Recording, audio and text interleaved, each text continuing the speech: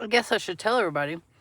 I have officially 4 days ago, 5 days ago, six, I have officially renounced renting, and I have chosen 100% to live in my car.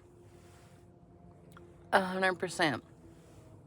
I'm not talking about paying for camping, Airbnb. I'm boondocking in my car. And this is the next phase of my life.